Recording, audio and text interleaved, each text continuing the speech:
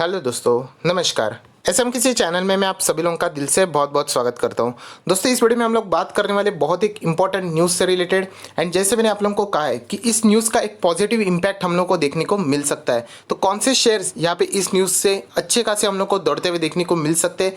But जैसे मैं आप लोगों को हमेशा कहता हूँ कि कुछ स्टॉक ऐसे रह सकते हैं कि जो एक इस न्यूज़ के चलते टेम्पररी स्केल के ऊपर रैली दिखा सकते हैं, शॉर्ट टर्म बेसिस के ऊपर रैली दिखा सकते हैं। सो अगर आप शॉर्ट टर्म ट्रेडर हो, अगर आप लोग पोजिशनल ट्रेडिंग करने में बिलीव रखते हो, अगर आपको वो पसंद है तो आप चाहो तो इस न्यूज़ का फ़ायदा ज़रूर उठा सकते हो। वापस कहना चाहूँगा, अभी तक ये न्यूज़ ऑफिशियली सामने नहीं आई है, बट आप लोग अगर प्रिपरेशन करके रख देते हो, वॉच लिस्ट बना के रख देते हो एंड जब ये न्यूज़ सामने आ जाती है तब वो न्यूज़ के लिए आप एग्जीक्यूट कर देते हो तो शायद से आप लोगों को छोटा मोटा प्रॉफिट हो सकता है।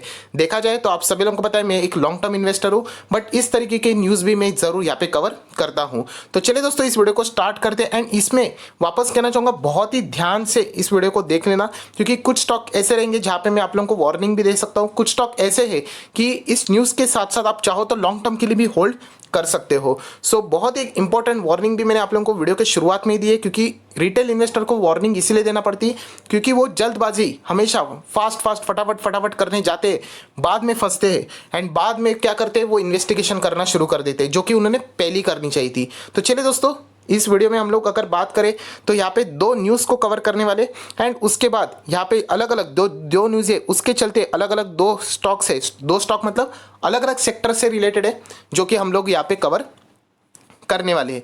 एग्जैक्टली आप लोगों को समझ में आएगा। कुल मिला के बहुत सारे जोड़ के देखे तो 7 से 8 स्टॉक है, उनके ऊपर आप लोगों ने फोकस रखना है। मेरा ये कोई रिकमेंडेशन है, मैं बार बार आप लोगों को कहता हूँ, ये चैनल मैंने कोई आप लोगों को बाइंग सेलिंग के लिए बनाया नहीं है, आप लोगों को सिखाने के लिए बनाया है। बाय करना है या नहीं, सेल करना है या नहीं, ये आपके ऊपर है। आप लोगों ने सीखने के ऊपर यहाँ पे जोर देना चाहिए। तो चलिए दोस्तों, इस वीडियो को स्टार्ट कर लेते, बट उससे पहले जरूर कहना चाहूँगा, अगर इस चैनल में फर्स्ट टाइम विजिट किया होगा, इस चैनल मतलब एसएम किसी की बात करो तो सब्सक्राइब कर लेना, बेल आइकन को हिट कर लेना। सो ऐसी इंटरेस्टिंग वीडियो देखने के लिए मिल जाएंगे। तो चलिए दोस्तों, इस वीडियो को स्टार्ट कर लेते हैं।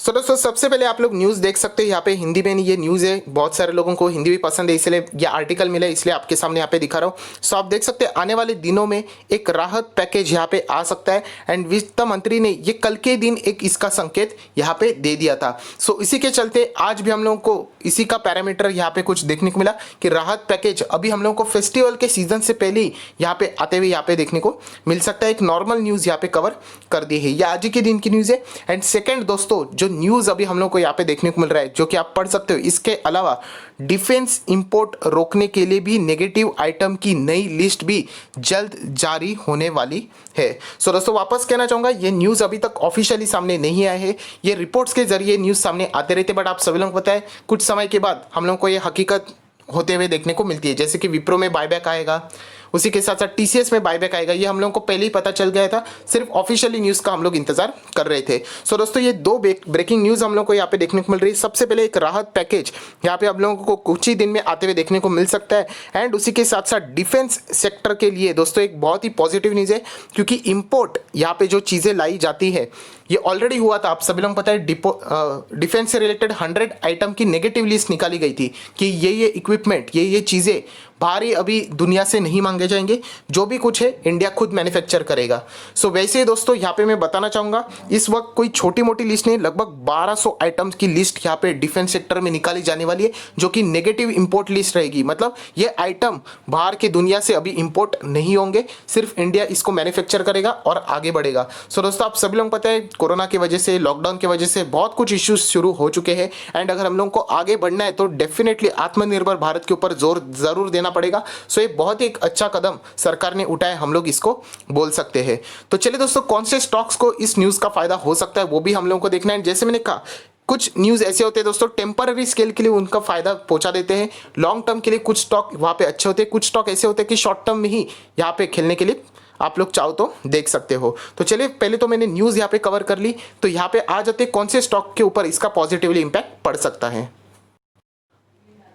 सो दोस्तों, सबसे पहले यहाँ पे पॉजिटिव इंपैक्ट रहेगा एविएशन सेक्टर के ऊपर। जैसे मैंने कहा कि दो न्यूज़ है यहाँ पे, एक निर्मला सीतारमण जी की राहत पैकेज से रिलेटेड न्यूज़ है एंड दूसरा डिफेंस के ऊपर है। तो पहले हम लोग पैकेज से रिलेटेड बात करेंगे सो दोस्तों एविएशन सेक्टर के ऊपर।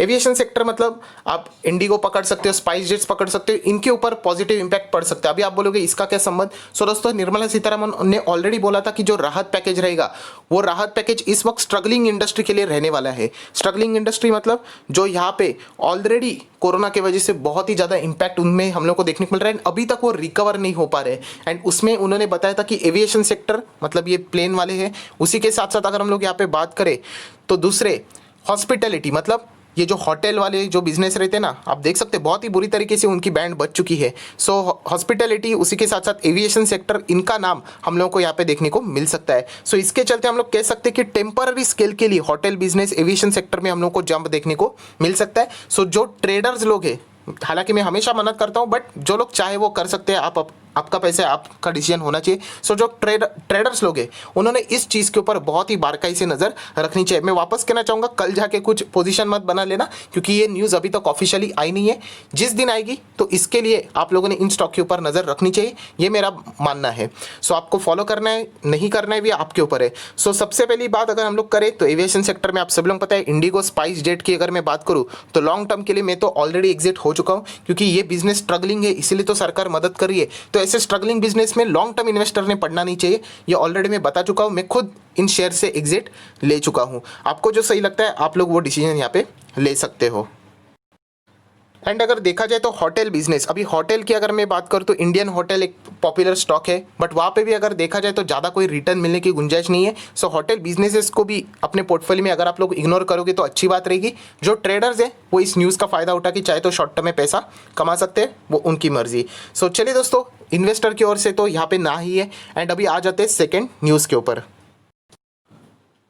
सो दोस्तों सेकंड न्यूज़ अगर हम लोग यहाँ पे बात करें तो फर्स्ट वाली निर्मला सीतारमण जी से थी, क्योंकि फाइनेंस मिनिस्टर है। सेकंड डिफेंस की अगर हम लोग बात करें तो राजनाथ सिंह उनसे रिलेटेड है। ऐसे मतलब सिर्फ समझने के लिए, बाइफर्केशन के लिए बोल सकते हैं। एंड जैसे मैंने कहा कि जो चीज़ें इंपोर्ट होगी वहाँ पे रोक लगाई जाएगी। लगभग 1200 आइटम की लिस्ट यहाँ पे कभी भी प्रस्तुत सामने हो सकती है। अगर बात देखी जाए तो इसके पहले भी हम लोगों ने ऐसी सारी चीज़ें देखी थी। आप लोग देख सकते हैं 11 अगस्त 2020 को, हाल ही में ही मतलब अगस्त में ही हम लोगों ने ऐसी न्यूज़ देखी थी जहाँ पे बहुत सारी चीज़ें थी, जहाँ पे सरकार ने क्या कर दी थी, नेगेटिव इंपोर्ट लिस्ट में उनको यहाँ पे दर्ज कर दिया था। सो लास्ट टाइम का जो लिस्ट था वो कंपैरेटिवली छोटा था, इस वक्त का लिस्ट बहुत बड़ा हो सकता है। एंड इसके चलते लास्ट टाइम क्या होता है, ये नेगेटिव इंपोर्ट लिस्ट के वजह से जो डिफेंस के स्टॉक है ज़बरदस्त तेज़ भागे थे। ऑब्वियसली क्योंकि घरेलू कंपनी को मौका मिलेगा तो उनमें तो हम लोग को तेज़ी देखने को ज़रूर मिलेगी। सो दोस्तों वही स्टॉक अभी हम लोग को रिपीटली यहाँ पे देखने हैं। एंड जैसे मैंने कहा कि लॉन्ग टर्म के लिए कौन से अच्छे एंड शॉर्ट टर्म के लिए कौन से अच्छे, वो अभी हम लोग को यहाँ पे